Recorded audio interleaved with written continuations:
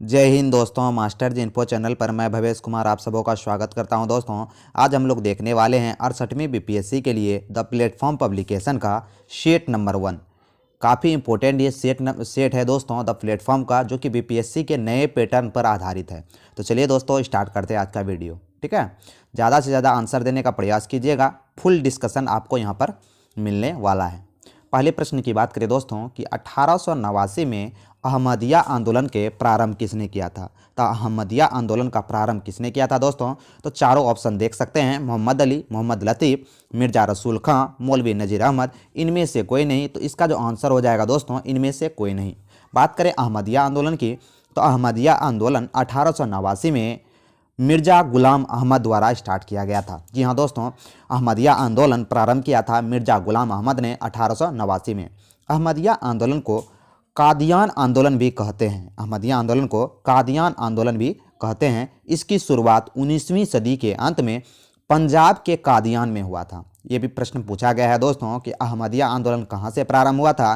तब पंजाब के कादियान से यह प्रारंभ हुआ था। इस आंदोलन का, अहमदिया आंदोलन का मुख्य उद्देश्य इस्लाम में सुधार तथा ईसाई मशीनरियों एवं आर्य समाजियों के से इस्लाम की रक्षा करना था। ठीक है, नेक्स्ट बात करें दोस्तों कि अब्दुल लतीफ़ बंगाल की बात करें, तो अब्दुल लतीफ़ के बारे में जानना जरूरी है कि यह 19वीं सदी के सामाजिक कार्यकर्ता थे, जिन्हें 1880 में अंग्रेज द्वारा सम्मानित किया गया था। ठीक है, नाजिर अहमद की अगर बात करें दोस्तों, मौलवी नाजिर अहमद की, तो नाजिर अहमद 19वीं सदी के प्रसिद्ध भारतीय उर्दू लेखक व सामाजिक एवं धार्मिक सुधारक थे, जिसकी रचना थी मीरात उल उरस के लेखक हैं मौलवी नज़ीर अहमद। ठीक है, चलते हैं दोस्तों नेक्स्ट क्वेश्चन की बात करें। दोस्तों नेक्स्ट जो क्वेश्चन है उसको देख लेते हैं। दूसरा नंबर प्रश्न है, 1929 में शारदा एक्ट का प्रमुख प्रावधान क्या था। तो 1929 में शारदा एक्ट का प्रमुख प्रावधान था जिससे लड़कों एवं लड़कियों के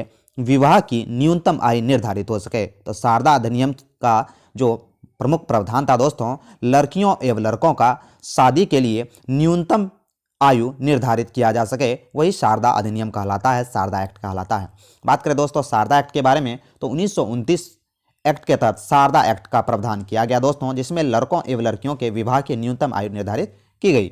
1929 के शारदा एक्ट को चाइल्ड मैरिज रिसेस्टेंट एक्ट भी कहा जाता है। इस एक्ट में शारीरिक संबंध बनाने के लिए लड़कियों एवं की सहमति की उम्र को 14 वर्ष कर दिया गया था। ठीक है, इस बल की राय साहब हरविलास शारदा ने 1927 में प्रस्तुत किया था। यह भी हमें याद रखना है दोस्तों।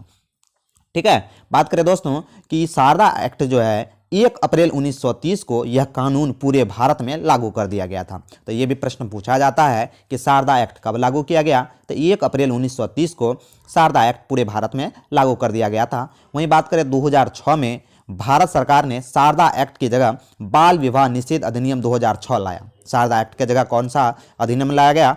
तो बाल विवाह निषेध अधिनियम 2006 लाया गया, जिसमें लड़की के लिए शादी की उम्र 18 वर्ष और लड़कों के लिए शादी की उम्र 21 वर्ष निर्धारित की गई थी। ठीक है, तो चलते हैं दोस्तों। डिस्कशन अगर अच्छा लगे तो चैनल पर नए हो तो चैनल को सब्सक्राइब कर लीजिएगा और एक लाइक जरूर कीजिएगा दोस्तों। तीसरा नंबर जो प्रश्न है दोस्तों कि सूची 1 और सूची 2 को सुमेलित करना है। तो एक तरफ गुप्त काल के प्रमुख मंदिर दिए गए हैं, एक तरफ उनके स्थान दिए गए हैं। ठीक है दोस्तों, तो शिव मंदिर कहाँ है दोस्तों? शिव मंदिर भुमड़ा नागोद में है। ठीक है, शिव मंदिर भुमड़ा नागोद में है। वहीं विष्णु मंदिर की बात करें दोस्तों, तो विष्णु मंदिर तिगवा जबलपुर में है। विष्णु मंदिर तिगवा जबलपुर में है। दशावतार मंदिर कहाँ है? तो दशावतार जो मंदिर हो जाएगा दोस्तों, यह देवगढ़ झांसी में हो जाएगा, काफ़ी इंपॉर्टेंट है। वहीं लक्ष्मण मंदिर की बात करें तो लक्ष्मण मंदिर जो है ये सिरपुर में हो जाएगा। लक्ष्मण मंदिर कहाँ हो जाएगा दोस्तों? सिरपुर में है। तो इस तरह से आपका आंसर जो हो जाएगा, ऑप्शन नंबर जो है सी, ऑप्शन नंबर सी यहाँ पर राइट आंसर होने वाला है। ठीक है, ऑप्शन नंबर सी यहाँ पर राइट आंसर आपका हो जाएगा।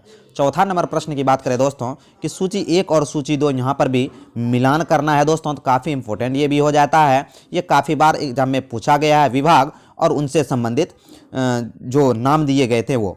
तो दीवान ए विजारत की बात करें दोस्तों, तो दीवान ए विजारत ये वजीर का विभाग है। दीवान ए विजारत जो है दोस्तों ये किसका विभाग है? तो वजीर का विभाग है, वित्त विभाग है। ठीक है, नेक्स्ट है दीवान ए अर्ज किससे संबंधित है? दीवान ए अर्ज सैन्य विभाग से संबंधित है, बिल्कुल सही है।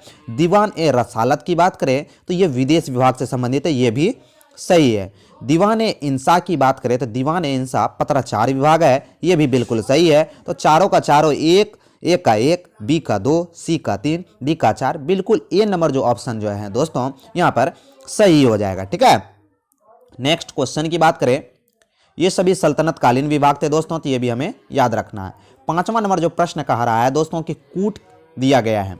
5वां नंबर जो प्रश्न है, निम्न कथनों को पढ़कर कूट के अनुसार सही उत्तर का चयन कीजिए। गुप्त वंश का संस्थापक श्री गुप्त था, बिल्कुल सही है दोस्तों।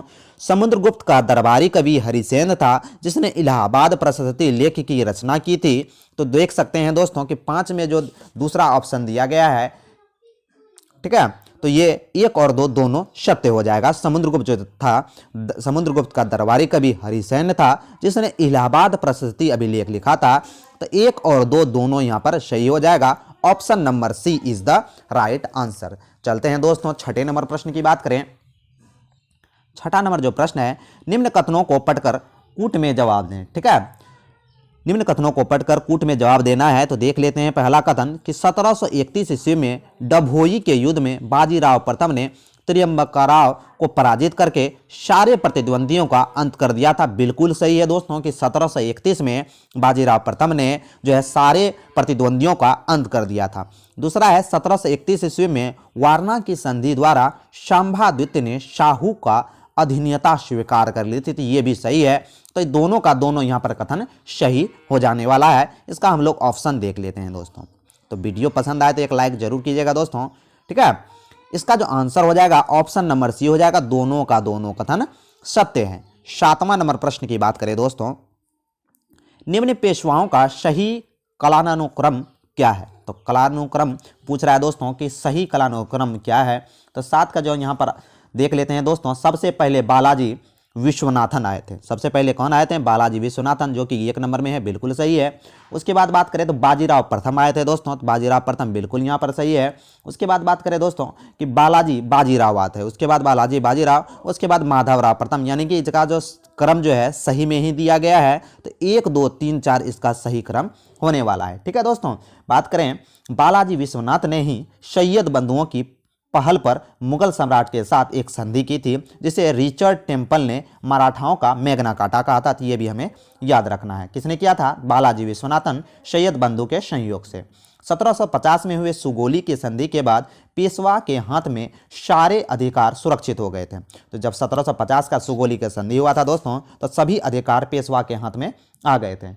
बात करें पानीपत के तीसरे युद्ध में मराठाओं के हार के पश्चात मराठाओं की खोई हुई शक्ति पुनः वापस प्राप्त करने के श्रेय माधवराव प्रथम को जाता है दोस्तों। ठीक है, नेक्स्ट है 8वां नंबर प्रश्न, निम्न नेताओं और उनसे संबंधित मिसल का गलत युग्म बताएं। तो यहाँ पर गलत युग्म का चयन करना है दोस्तों। तो गलत युग्म हीरा सिंह नक्की मिसल बिल्कुल सही है, छज्जा सिंह भंगी मिसल बिल्कुल सही है, जबकि सिंधु जाट चौधरी कन्हैया मिसल ये यहाँ पर गलत हो जाएगा। ठीक है दोस्तों, तो ये यहाँ पर गलत हो जाएगा। बात करें इसका चरत सिंह का, चरत सिंह सुकरचिरिया मिसल बिल्कुल सही हो जाएगा। तो ऑप्शन नंबर सी यहाँ पर गलत है। ठीक है, ऑप्शन नंबर सी यहाँ जो है दोस्तों गलत है। ये बात करें सभी मिसल के बारे में, तो जितने भी यहाँ पर मिसल दिए गए हैं दोस्तों, ये सभी मिसल समूह दल खालसा कहलाते हैं। क्या कहलाते हैं? खालसा कहलाते हैं। ये मिसल गुरु के नाम पर युद्ध करते थे और सरबत खालसा के नाम पर संधियां करते थे। सिख के अन्य मिसल थे जिसमें अहलुवलिया मिशन, जैसे जस्सा सिंह थे इसके अध्यक्ष। बात करें राय गढ़िया मिसल, जिसमें नंद सिंह इसके संस्थापक थे।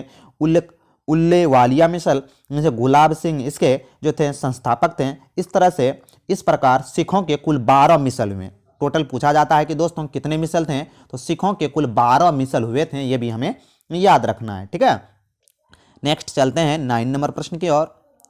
उच्चतम न्यायालय के न्यायाधीशों की योग्यताओं के संबंध में कथनों पर विचार कीजिए। ठीक है, कथनों पर यहाँ पर दोस्तों विचार करना है। तो कौन सा कथन सही है, ये प्रश्न पूछा जा रहा है। तो अनुच्छेद 124 के 3 के सर्वोच्च न्यायालय के न्यायाधीशों की योग्यता के विषय में प्रावधान है, बिल्कुल सही है। अनुच्छेद 124 में कहा गया कि भारत का एक सर्वोच्च न्यायालय होगा। ठीक है, और अनुच्छेद 124 के 3 में कहा गया है कि सर्वोच्च न्यायालय के न्यायाधीशों की योग्यता के बारे में वर्णन आर्टिकल 124 के 3 में होगा। ठीक है। दूसरा है सर्वोच्च न्यायालय के न्यायाधीशों होने के लिए व्यक्ति की उच्च न्यायालय में लगातार कम से कम 5 वर्ष तक न्यायाधीश के रूप में कार्य करने का अनुभव होना चाहिए। बिल्कुल सही है दोस्तों। अगर सर्वोच्च न्यायालय का आपको न्यायाधीश बनना है तो कम से कम उससे उनको उच्च न्यायालय में लगातार कम से कम 5 वर्ष या न्यायाधीश के रूप में कार्य करने का अनुभव हो, तो 5 वर्ष का अनुभव हो। तो यहाँ पर ये भी सही हो जाएगा। तो इसका जो ऑप्शन हो जाएगा ऑप्शन नंबर सी सही हो जाएगा दोस्तों। 1 और 2 दोनों यहाँ पर सही है। बीपीएससी इसी तरह के ज़्यादातर प्रश्न पूछे जाते हैं दोस्तों। कथन वाचक प्रश्न ज़्यादा होते हैं, तो ये प्रश्न देख सकते हैं द प्लेटफॉर्म ज़्यादा लाया है, तो काफ़ी इंपॉर्टेंट ये हो जाता है सेट। ज़्यादा से ज़्यादा इस वीडियो को शेयर कीजिएगा दोस्तों, कि काफ़ी दोस्तों को ये मदद मिल सके।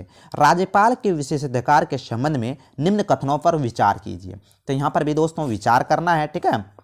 तो यहाँ पर देखना है कि सही कथन कौन सा है। तो राज्यपाल की पद की शक्तियाँ और कर्तव्य का अनुपालन के लिए किए गए कार्यों के लिए उसे किसी न्यायालय का उत्तरदायी नहीं ठहराया जा सकता। तो बिल्कुल यहाँ है सही बात है दोस्तों, कि जब वह अपनी शक्तियों और कर्तव्यों का अनुपालन करते हैं तो उसे किसी भी न्यायालय में उत्तरदायी नहीं ठहराया जा सकता। बिल्कुल सही है। दूसरा है पद ग्रहण के दौरान राज्यपाल के विरुद्ध कोई सिविल कार्यवाही प्रारंभ करने से पूर्व उसे 2 माह के पूर्व सूचना देनी आवश्यक है। बिल्कुल सही है दोस्तों। 2 मंथ पहले इसको सूचना देना आवश्यक है। तो 1 और 2 दोनों यहाँ पर सही हो जाएगा। Option number C is the right answer. Next है दोस्तों मीथेन गैस उत्पादन करने वाला क्षेत्र कौन सा है। तो मीथेन गैस जो उत्पादन करने वाला क्षेत्र है, देख सकते हैं धान का खेत भी हो जाएगा और कोयला खादान भी हो जाएगा। तो सी और डी दोनों हो जाएगा। तो इसका ऑप्शन नंबर ई यहाँ पर राइट आंसर होने वाला है। ठीक है दोस्तों। बात करें मीथेन गैस का उत्पादन करने वाला क्षेत्र, धान का क्षेत्र कोयला क्षेत्र दोनों हो जाएगा। वहीं बात करें प्रमुख स्रोत मीथेन के जो हैं, कोयला का खादान है, धान का क्षेत्र है, जुगाली करने वाले पशुओं के मुख से भी मीथेन गैस प्राप्त होता है। ये भी हमें याद रखना है दोस्तों। तो चलते हैं नेक्स्ट क्वेश्चन की बात करें। मीथेन गैस ग्लोबल वार्मिंग के लिए भी एक प्रमुख कारक है, ये भी हमें याद रखना है। ग्रीन हाउस गैसों में CO2 गैस के बाद मीथेन गैस का प्रमुख स्थान होता है। मीथेन एक रंगहीन अथवा गंधहीन गैस है। मीथेन एक रंगहीन तथा गंधहीन गैस है तथा ईंधन के रूप में इसका उपयोग किया जाता है। तो मीथेन बिना रंग वाला गैस है और बिना गंध वाला गैस है। ठीक है। ये भी हमें याद रखना है दोस्तों। मीथेन प्राकृतिक गैस का मुख्य घटक है। ठीक है। मीथेन प्राकृतिक गैस का मुख्य घटक है। इसका रासायनिक सूत्र अगर पूछे तो CH4 हो जाएगा। इसका रासायनिक सूत्र क्या हो जाएगा? CH4 हो जाएगा दोस्तों। चलते हैं 12वें नंबर प्रश्न की बात करें। लेटराइट मिट्टियों के संबंध में निम्नलिखित कथनों में से कौन सा सही कथन नहीं है। तो लेटराइट मिट्टियों के कथन में पूछ रहा है दोस्तों कि कौन सा कथन सही नहीं है। तो देख सकते हैं दोस्तों कि उसका निर्माण स्वास्थ्य के हुए अपक्षय द्वारा होता है। ये बिल्कुल सही है। वे बेसाल तथा अन्य एल्युमिनियम युक्त चट्टानों के अपघटित होती हैं। बिल्कुल सही है। इनमें नाइट्रोजन की कमी होती है। ये भी बिल्कुल सही है दोस्तों। इनमें फास्फोरस की प्रचुर मात्रा होती है। यही यहाँ पर गलत हो जाएगा। ऑप्शन नंबर डी यहाँ पर गलत है। तो यहाँ पर गलत कथन को चुनना था दोस्तों। तो ऑप्शन नंबर डी यहाँ पर सही होने वाला है। बात करें लेटराइट मिट्टी की, तो लेटराइट मिट्टियों के संबंध में जो है दोस्तों फास्फोरस प्रचुर मात्रा में पाया जाता है। फास्फोरस जो है प्रचुर मात्रा में पाया जाता है, लेकिन फास्फेट प्रचुर मात्रा में नहीं पाया जाता है। भारत में लेटराइट मिट्टी मेघालय पठार पश्चिमी तथा पूर्वी धार के क्षेत्रों में पाई जाती है। भारत में लेटराइट मिट्टी जो है दोस्तों मेघालय पठार पश्चिमी तथा पूर्वी धार में पाई जाती है। इनका स्वरूप ईंट जैसा होता है। ठीक है। भीगने पर यह कोमल एवं सूखने पर यह कठोर हो जाता है। लेटराइट मिट्टी की प्रकृति के बारे में जाने तो यह भीगने पर कोमल एवं सूखने पर कठोर हो जाता है। ये मिट्टियाँ लोहा एवं एल्युमिनियम से समृद्ध होती है, किंतु इनमें नाइट्रोजन, पोटास, पोटेशियम, चूना एवं जैविक पदार्थों की कमी होती है। दोस्तों काफ़ी यह इंपॉर्टेंट है। बात करें कि लेटराइट मिट्टी के लिए सबसे उपयुक्त फसल चाय की फसल है। ये भी कई बार पूछा गया है दोस्तों। ठीक है। चलते हैं 13वें नंबर प्रश्न की ओर। वीडियो पसंद आए तो एक लाइक जरूर कीजिएगा और चैनल पर नए तो चैनल को सब्सक्राइब कर लीजिएगा। बीपीएससी 68वीं का द प्लेटफॉर्म पब्लिकेशन का सेट नंबर 1 चल रहा है दोस्तों। अशोक मेहता समिति के संबंध में निम्न कथनों पर विचार कीजिए। पंचायती राज कार्यक्रम की असफलता के कारणों का अध्ययन कराने के एवं उसे प्रभावी बनाने के सुझाव देने के लिए 1977 में इस समिति का गठन किया गया था दोस्तों। तो ये जो है दोस्तों बिल्कुल ये सही है कि 1977 में ही पंचायती राज कार्यक्रम की असफलताओं के कारण अध्ययन के लिए जो है दोस्तों एक समिति का गठन होता है, अशोक मेहता समिति का गठन, जिसने पंचायती राज के 2 स्तरीय पंचायतों के बारे में वर्णन किया। तो ये यहाँ पर बिल्कुल सही है। दूसरा है, इस समिति ने पंचायती राज व्यवस्था का त्रिस्तरीय ढांचा दिया। बिल्कुल यहाँ पर ये गलत है। त्रिस्तरीय पंचायत की जो ढांचा दिया ये बलवंत राय मेहता समिति ने दिया था। किसने दिया था? बलवंत राय मेहता समिति ने। अशोक मेहता समिति ने 2 स्तरीय पंचायतों के बारे में ढांचा दिया। तो यहाँ केवल एक सही होने वाला है, केवल का केवल एक सही है। बात करें दोस्तों, अशोक मेहता समिति ने द्विस्तरीय ढांचे की प्रस्तुति की। अशोक मेहता समिति ने द्विस्तरीय ढांचे के अंतर्गत जिला स्तर पर जिला परिषद एवं उसके नीचे मंडल पर पंचायत मंडल की वकालत की। इस समिति ने पंचायत चुनाव में राजनीतिक दलों के आधिकारिक भागीदारी की भी वकालत की थी। बात करें पंचायती राज व्यवस्था को मजबूत करने के लिए 1985 में GV राव ने समिति का गठन किया गया। ठीक है, तो ये भी हमें याद रखना है दोस्तों। चलते हैं नेक्स्ट क्वेश्चन की ओर। 14वां नंबर प्रश्न है, पंचायतों के लिए वित्त आयोग के गठन संबंधी प्रावधान के संबंध में निम्न कथनों पर विचार कीजिए। तो निम्न कथनों पर यहाँ पर विचार करना है दोस्तों कि कौन सा कथन सही है। राज्य का राज्यपाल प्रत्येक 5 वर्ष की समाप्ति पर एक वित्त आयोग का गठन करेगा। बिल्कुल सही है। पंचायती के लिए वित्त आयोग के गठन का प्रावधान संविधान के अनुच्छेद 243 का झ में है। ये भी सही है दोस्तों। तो यहाँ दोनों का दोनों कथन सत्य है। तो ऑप्शन नंबर सी यहाँ पर राइट आंसर हो जाने वाला है।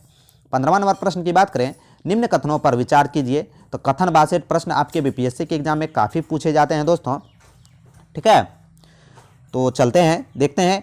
भारतीय संविधान में अनुच्छेद 21 द्वारा प्राण एवं दैहिक स्वतंत्रता सुनिश्चित की गई। बिल्कुल सही है कि आर्टिकल 21 में प्राण एवं दैहिक स्वतंत्रता सुनिश्चित की गई है। दूसरा है, अनुच्छेद 21 विधायिका तथा कार्यपालिका दोनों के विरुद्ध संरक्षण प्रदान करता है। तो ये भी यहाँ पर सही है। यहाँ पर दोनों का दोनों कथन दोस्तों सही है। सही कथन को पहचानना था, तो सी नंबर यहाँ पर राइट आंसर हो जाएगा। चलते हैं 16वें नंबर प्रश्न की ओर। इंसुलिन के संबंध में निम्नलिखित कथनों को पढ़कर कूट के अनुसार सही उत्तर का चयन करें। तो कूट के बारे में ज़्यादातर प्रश्न पूछे जाते हैं दोस्तों, तो ये भी हमें याद रखने हैं। देख सकते हैं कि पहला कथन है, इंसुलिन के फ्रेडरिक बेटिंग एवं चार्ल्स बेस्ट ने 1921 में खोजा था। बिल्कुल सही है दोस्तों। इंसुलिन की खोज 1921 में बेटिंग एवं बेस्ट ने किया था। इंसुलिन के अल्प स्रवण से मधुमेह नामक रोग हो जाता है। बिल्कुल सही है दोस्तों। इंसुलिन के अल्प स्रवण से मधुमेह यानी कि डायबिटीज नामक रोग होता है। इंसुलिन के अति स्रवण से हाइपोग्लाइसीमिया नामक रोग हो जाता है, जिससे जनन क्षमता तथा दृष्टि ज्ञान कम होने लगता है। तो यहाँ पर तीनों का तीनों कथन दोस्तों सही हो जाने वाला है। ऑप्शन नंबर डी यहाँ पर राइट आंसर होने वाला है। इंसुलिन की खोज बेटिंग और बेस्ट ने की। इंसुलिन के अल्प स्रवण से मधुमेह होता है। इंसुलिन के अति स्रवण से हाइपोग्लाइसीमिया नामक रोग हो जाता है। तो सभी का सभी यहाँ पर कथन सत्य हैं। 17वां नंबर प्रश्न की बात करें दोस्तों कि भारत में चांगपा समुदाय, काफी इंपॉर्टेंट है, चांगपा समुदाय के संदर्भ में विचार करना है। ठीक है, तो चांगपा समुदाय के बारे में यहाँ पर हम लोगों को विचार करना है दोस्तों। तो देख सकते हैं कि यह मुख्यतः राजस्थान में रहते हैं। तो ये राजस्थान में रहते हैं, जो कि यहाँ पर गलत हो जाएगा दोस्तों। यह राजस्थान का निवासी नहीं है। ये अच्छे किस्म का ऊन देने वाले परमीना बकरियों का पालन करते हैं। बिल्कुल सही है। उन्हें अनुसूचित जनजातियों की श्रेणी में रखा गया। ये भी सही है। तो 2 और 3 यहाँ पर सही आंसर होने वाला है। तो यहाँ पर केवल 2 और 3 इज द राइट आंसर। यह राजस्थान का समुदाय नहीं है। नेक्स्ट चलते हैं दोस्तों। Biocarbon and fund innovative for sustainable forest landscape का प्रबंधन निम्नलिखित में से कौन करता है। तो ये कौन करेगा दोस्तों? तो 18 का यहाँ जो राइट आंसर होने वाला है वह हो जाएगा विश्व बैंक। कौन करेगा? Biocarbon and fund innovative for sustainable forest landscapes का जो प्रबंधन करेगा दोस्तों, ये वर्ल्ड बैंक करेगा। ठीक है, वर्ल्ड बैंक की स्थापना की बात करें तो 27 दिसंबर 1945 को हुआ था। यह भी हमें याद रखना है दोस्तों। वर्तमान में 189 सदस्य देश इसमें शामिल हैं। कितने? 189 सदस्य देश। बात करें विश्व बैंक की, तो विश्व बैंक की जो ब्रेटन वुड सम्मेलन के से ही संबंधित है, क्योंकि विश्व बैंक की उपज की बात करें दोस्तों तो विश्व बैंक अगर कहीं से बना है तो ब्रेटन वुड सम्मेलन के ही देन है। ये भी हमें याद रखना है दोस्तों। चलते हैं नेक्स्ट क्वेश्चन की बात करें। 19 नंबर प्रश्न। वीडियो पसंद आए तो एक लाइक जरूर कीजिएगा। चैनल पर नए हैं तो चैनल को सब्सक्राइब कर लीजिएगा। ज़्यादा से ज़्यादा इस वीडियो को शेयर कीजिएगा दोस्तों। बीपीएससी 68वीं का यह प्रैक्टिस सेट फर्स्ट है द प्लेटफॉर्म पब्लिकेशन का। सार्वजनिक क्षेत्र बैंकों के अध्यक्षों का चयन कौन करता है दोस्तों? तो यह कौन करेगा? यह बैंक बोर्ड ब्यूरो करेगा।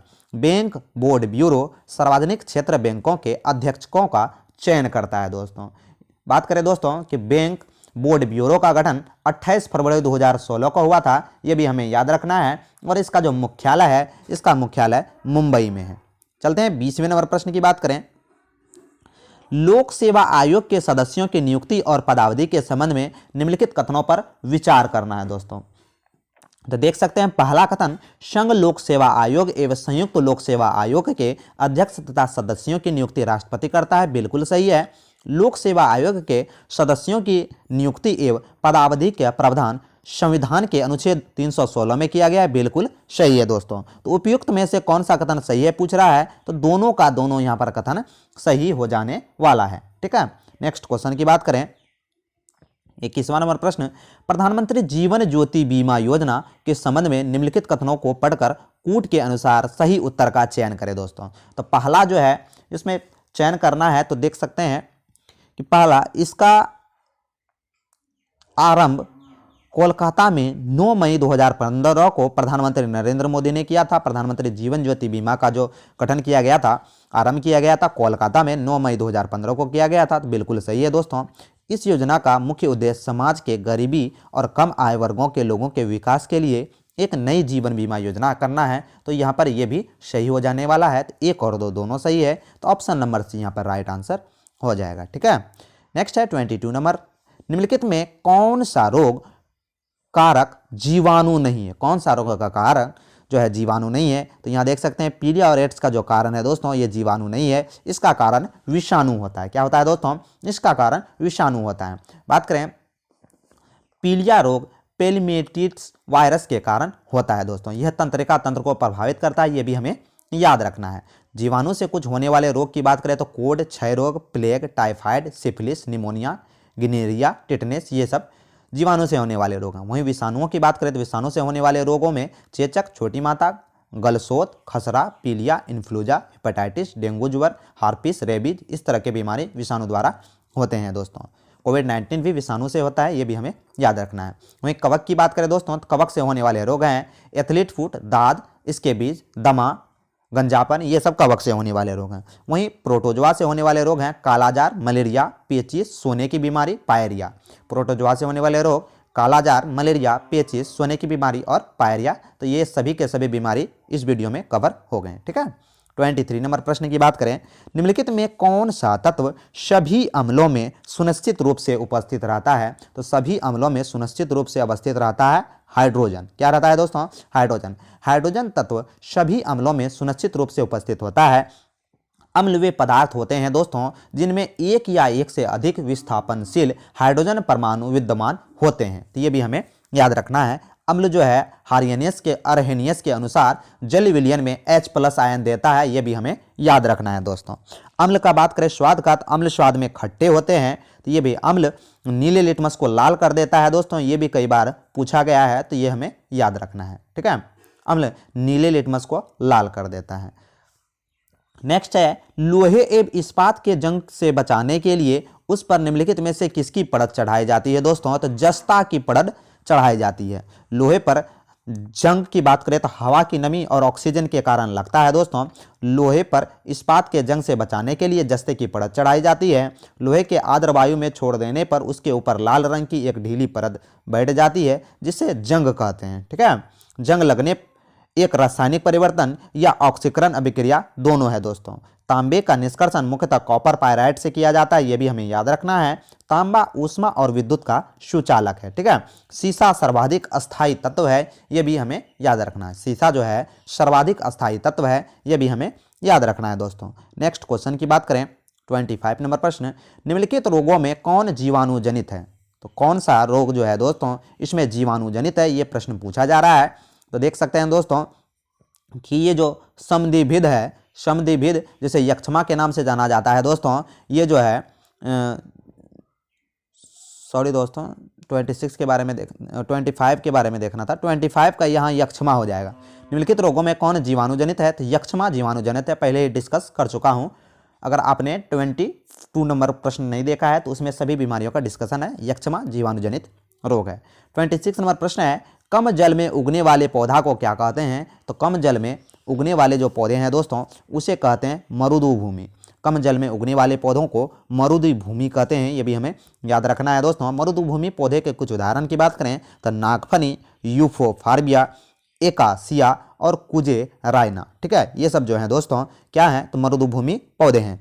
बात करें जलोद भूमि की तो जलोद भूमि में आते हैं जल में उगने वाले पौधे।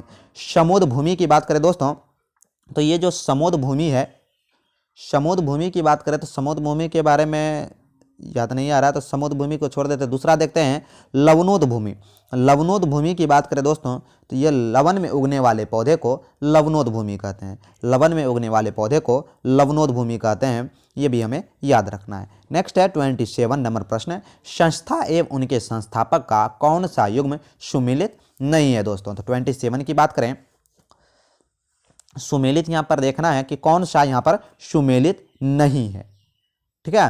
तो देख सकते हैं कि राघवा स्वामी सत्संग तुलसी राम से संबंधित है, यहाँ पर ये जो है दोस्तों ये बिल्कुल सही हो जाएगा, ठीक है। संस्था एवं उनके संस्थान का कौन सा तो राधा स्वामी सत्संग तुलसी राम से संबंधित है, बिल्कुल सही है। भारतीय ब्रह्मा समाज केशव चंद्र सेन, बिल्कुल सही है। ब्रह्मा समाज राजाराम मोहन राय, बिल्कुल सही है। आत्मीय समाज राजाराम मोहन राय, बिल्कुल सही है। तो पूछ रहा है कि कौन इसमें सुमेलित नहीं है, तो उपरोक्त में से कोई नहीं, यहाँ सभी का सभी दोस्तों सुमेलित है, ठीक है। चलते हैं 28 नंबर प्रश्न की बात करें। 28 नंबर प्रश्न है कौन सा युग्म सही सुमेलित है। यहाँ पर सही सुमेलित 28वां नंबर प्रश्न की बात करें तो यहाँ पर सही सुमेलित को ढूंढना है।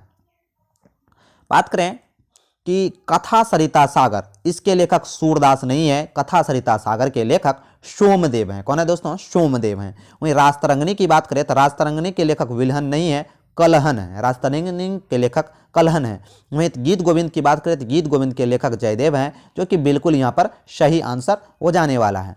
विक्रमादेव चरित्र के लेखक की बात करें तो विक्रमादेव चरित्र के लेखक विल्हन है। कौन है दोस्तों, विल्हन है, ठीक है।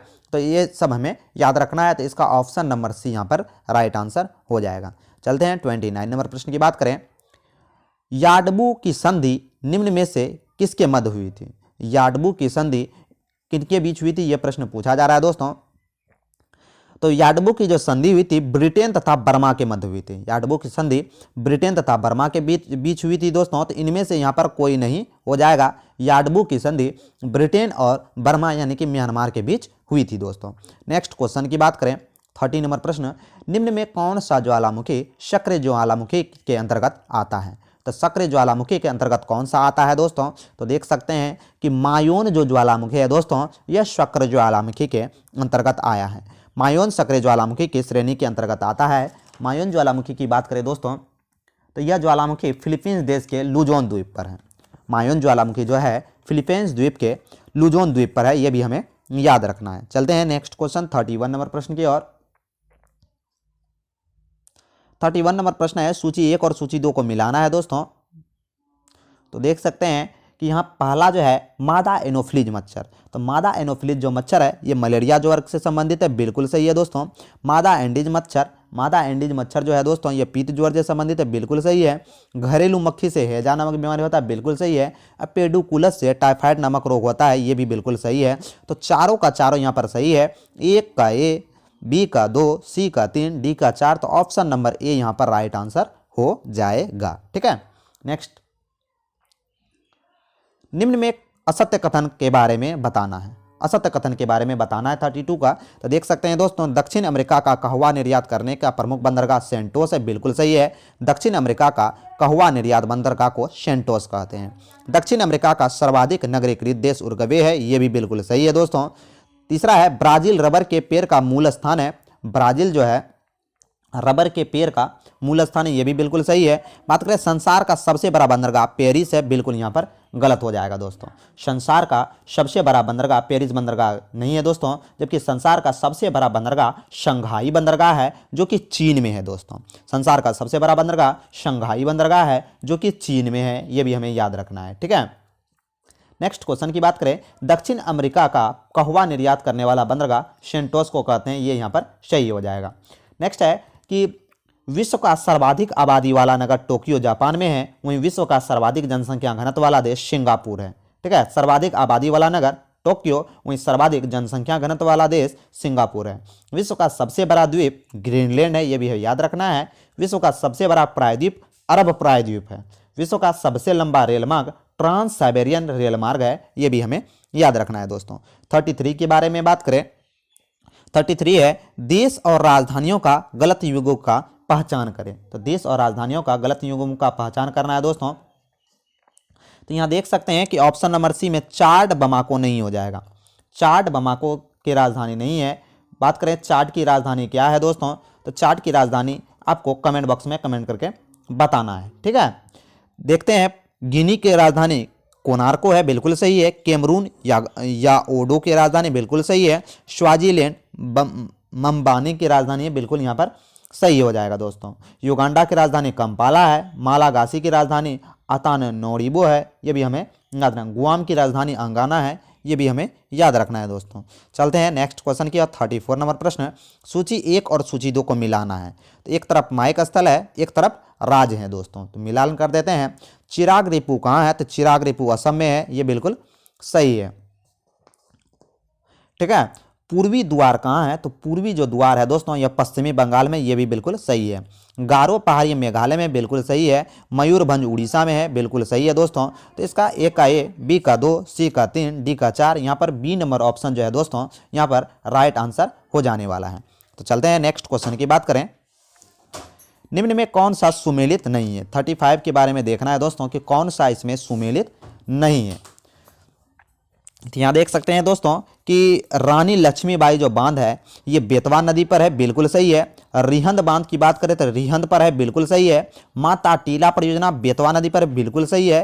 राजघाट बांध यमुना नदी पर है, तो राजघाट बांध जो है यमुना नदी पर नहीं है, ये भी बेतवा नदी पर है। तो यहाँ पर जो ऑप्शन नंबर जो डी जो है दोस्तों ये यहाँ पर गलत हो जाएगा। 36 नंबर प्रश्न की बात करें, अधिक सांद्रता वाली मृदा में उगने वाला पौधे को क्या कहते हैं। तो अधिक सांद्रता में उगने वाले पौधा को कहते हैं हेलाफाइट। अधिक सांद्रता वाले मृदा में उगने वाले पौधे को हेलाफाइट कहते हैं। चलते हैं 37 नंबर प्रश्न की बात करें। 37 नंबर प्रश्न है दोस्तों, निम्न कथनों पर विचार करना है, ठीक है। तो कौन सा कथन सही है, ये प्रश्न पूछा जा रहा है कि निम्न कथनों पर विचार करें और कौन सा कथन सही है। तो देख सकते हैं, जंतु कोशिका में ऊर्जा का संग्रह कार्बोहाइड्रेट और ग्लाइकोजन के रूप में होता है, तो बिल्कुल सही है दोस्तों कि जंतु कोशिका में ऊर्जा का संग्रह कार्बोहाइड्रेट व ग्लाइकोजन के रूप में होता है। पादप कोशिका में ऊर्जा का संग्रहण स्टोरेज के रूप में होता है। तो यहाँ पर दोनों का दोनों दोस्तों कथन सही हो जाएगा कि पादप में ऊर्जा का संग्रहण स्टोरेज के रूप में, वहीं जंतुओं में ऊर्जा का संग्रहण कार्बोहाइड्रेट और ग्लाइकोजन के रूप में। तो दोनों का दोनों यहाँ कथन सही है, तो ऑप्शन नंबर सी यहाँ पर राइट आंसर हो जाने वाला है। 38 नंबर प्रश्न की बात करें दोस्तों कि मधुमक्खी के डंक मारने पर निम्नलिखित में से कौन सा पदार्थ आराम मिलता है। तो मधुमक्खी के डर में फार्मिक अम्ल होता है दोस्तों। मधुमक्खी के डंक में कौन सा अम्ल होता है, तो मधुमक्खी के डंक में फार्मिक अम्ल और मेथनोइक अम्ल दोनों होता है। मधुमक्खियों के डंक में फार्मिक अम्ल और मेथनोइक अम्ल दोनों होता है, तो ये हमें याद रखना है दोस्तों, ठीक है। नेक्स्ट क्वेश्चन की बात करें।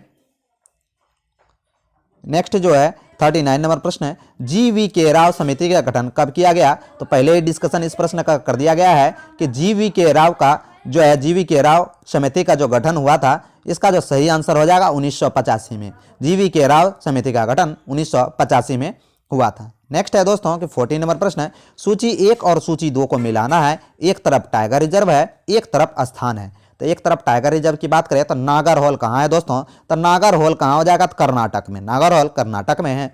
वहीं बांधवगढ़ कहाँ है दोस्तों, तो बांधवगढ़ मध्य प्रदेश में। बांधवगढ़ कहाँ है, बांधवगढ़ टाइगर रिजर्व मध्य प्रदेश में है। मालाघाट, मालाघाट जो है ये टाइगर रिजर्व कहाँ है, तो मालाघाट टाइगर रिजर्व महाराष्ट्र में हो जाएगा। म से माला, म से महाराष्ट्र। मधुमलाई टाइगर रिजर्व कहाँ है, तो मधुमलाई टाइगर रिजर्व तमिलनाडु में है। इस तरह जो आपका ऑप्शन है दोस्तों, ऑप्शन नंबर ए यहाँ पर राइट आंसर हो जाने वाला है, ठीक है। एक बार वीडियो रोक कर भी देख लें आप। 41 नंबर प्रश्न की बात करें, यदि कोई मानवीय रोग विश्व के विकृत क्षेत्र में फैलता है तो उसे क्या कहते हैं। तो उसे क्या कहेंगे दोस्तों, तो उसे कहेंगे पेंडेमिक। क्या कहेंगे दोस्तों, पेंडेमिक उसे कहेंगे। यदि कोई मानवीय रोग विश्व के विस्तृत क्षेत्र में फैलता है तो उसे पेंडेमिक सर्वव्यापी महामारी कहते हैं। जैसे बात करें दोस्तों कोरोना के बारे में, तो ये जो है पेंडेमिक रोग था, सर्वव्यापी महामारी थी, ठीक है। नेक्स्ट क्वेश्चन की बात करें। नेक्स्ट है इन्फ्लूजा रोग। इन्फ्लूजा रोग के बारे में प्रश्न पूछा जा रहा है दोस्तों। इन्फ्लूजा रोग किसके कारण होता है? तो इन्फ्लूजा जो रोग है दोस्तों ये होता है विषाणुओं के कारण। इन्फ्लूजा रोग विषाणुओं के कारण होता है। इन्फ्लूजा एक संक्रामक रोग है जिसके लक्षण है बुखार, मांसपेशियों में दर्द, गले तथा खराश का थकावट, ये सब इन्फ्लूजा के लक्षण है। इन्फ्लूजा वायरस सामान्यतः दो प्रकार के होते हैं, इन्फ्लूजा ए, इन्फ्लूजा सी। तो H1N1 जो है दोस्तों इन्फ्लूजा वायरस का एक घातक स्ट्रेन है। ठीक है, H1N1 इन्फ्लूजा वायरस का एक घातक स्ट्रेन है, ये भी हमें याद रखना है दोस्तों। नेक्स्ट क्वेश्चन की बात करें, 43 नंबर प्रश्न, खसरा की बीमारी निम्नलिखित में से किसके द्वारा होता है? तो खसरा की जो बीमारी है दोस्तों ये खसरा की बीमारी होती है वायरस के कारण। खसरा की बीमारी किसके कारण होता है? वायरस के कारण होता है। नेक्स्ट है 44 नंबर प्रश्न, निम्न में कौन सा रोग जीवाणु से उत्पन्न नहीं होता है? तो जीवाणु से उत्पन्न नहीं होने वाले रोग हैं, जीवाणु से जो उत्पन्न नहीं होने वाले रोग हैं, प्रश्न में देखें तो पीलिया, मलेरिया एवं इन्फ्लूजा जीवाणु से उत्पन्न नहीं होते हैं।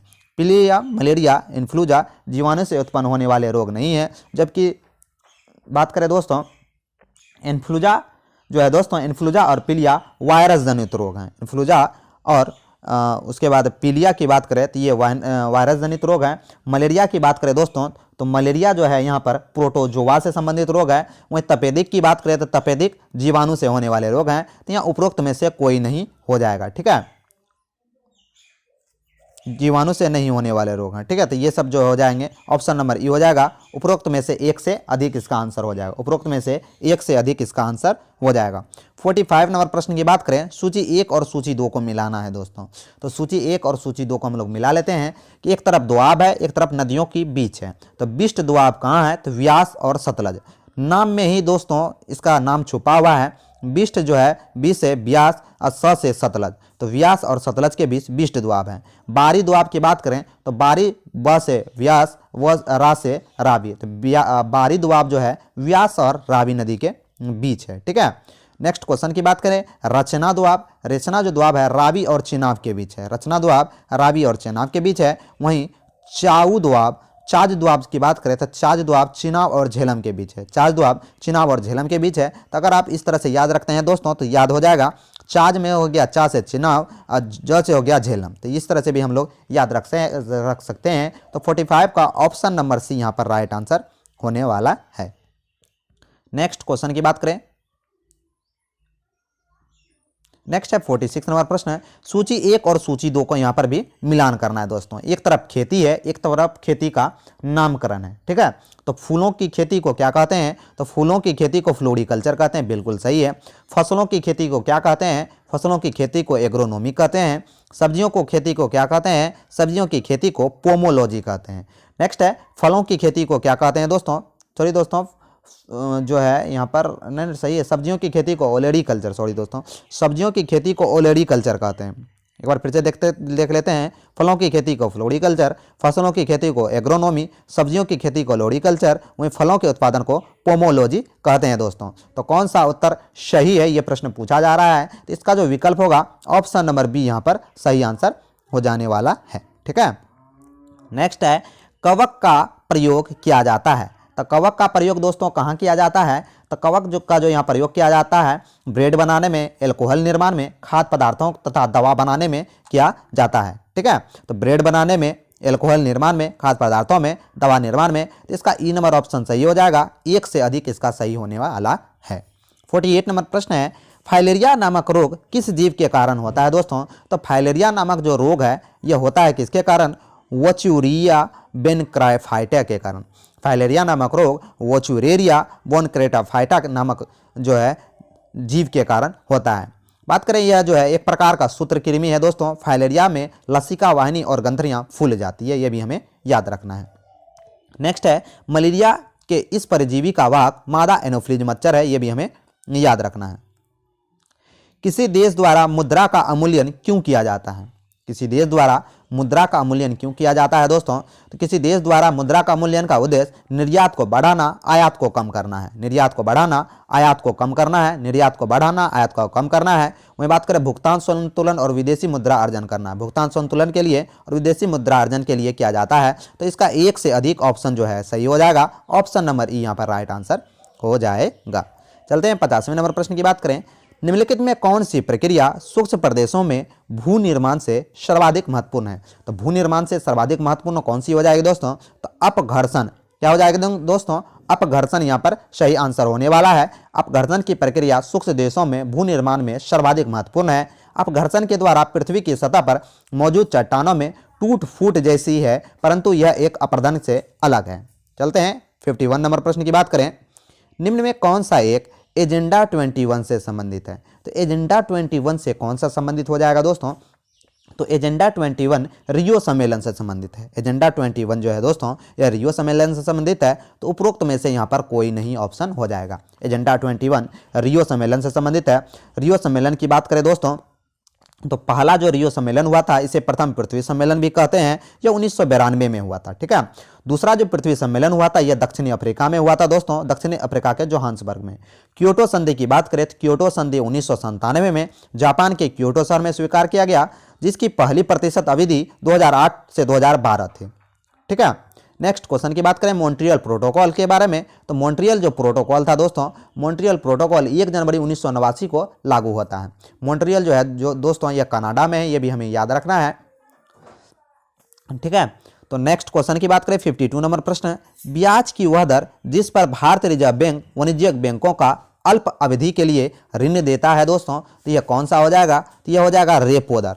ब्याज की वह दर जिस पर भारतीय रिजर्व बैंक अपने छोटे बैंकों को, अपने सहयोगी बैंकों को ऋण देते हैं, उसे रेपो दर कहते हैं। ठीक है। नेक्स्ट क्वेश्चन की बात करें, पृथ्वी के अंतरिम भाग में तनाव शक्ति जनित भ्रंश के कारण भूकंप आते हैं, यह कथन किससे संबंधित है दोस्तों? तो यह जो कथन है H.F. रीड से संबंधित है। यह कथन H.F. रीड से संबंधित है। नेक्स्ट है मेघालय की गारो खासी जयंतिका जनजाति संरचनात्मक दृष्टि से संबंधित है, तो 54 का यहाँ जो राइट आंसर होने वाला है प्रायद्वीप पठार से संबंधित है। मेघालय की गारो जनजाति, खासी जनजाति और जयंतिका जनजाति जो है दोस्तों प्रायद्वीप पठार से संबंधित है। विश्व में सर्वाधिक वर्षा मेघालय में भी होती है दोस्तों, यह भी हमें याद रखना है। 55 नंबर प्रश्न है, एक व्यक्ति से दूसरे व्यक्ति तक रोगों को संचारित करने वाले जीव को क्या कहते हैं? तो एक व्यक्ति से दूसरे व्यक्तियों तक रोग को संचारित करने वाले व्यक्तियों को कहा जाता है दोस्तों वेक्टर। क्या कहा जाता है? वेक्टर कहा जाता है। तो ऑप्शन नंबर डी यहां पर राइट आंसर हो जाएगा। चलते हैं नेक्स्ट क्वेश्चन की बात करें। नेक्स्ट क्वेश्चन की बात करें दोस्तों 56 नंबर प्रश्न है कि मियादी ज्वर किसके कारण होता है? तो मियादी जो ज्वर है दोस्तों यह जीवाणु से होने वाले रोग हैं। मियादी जो ज्वर है दोस्तों यह किसके कारण होता है? तो मियादी जो ज्वर है यह जीवाणु से होने वाले रोग हैं। टाइफाइड को ही मियादी ज्वर कहते हैं दोस्तों। टाइफाइड मियादी बुखार के नाम से जाना जाता है। टाइफाइड बुखार एक संक्रमक है जो दूषित भोजन और दूषित पानी से होता है। टाइफाइड के लक्षण है तेज बुखार, सिर दर्द, पेट दर्द, कमजोरी एवं उल्टी तथा पेचिश। ठीक है। तो ये भी हमें याद रखना है दोस्तों। 57 नंबर प्रश्न है जोंगसोंग चोटी किस भारतीय राज्य में है? तो जोंगसोंग जो चोटी है दोस्तों यह सिक्किम में है। जोंगसोंग चोटी सिक्किम में है। नेक्स्ट है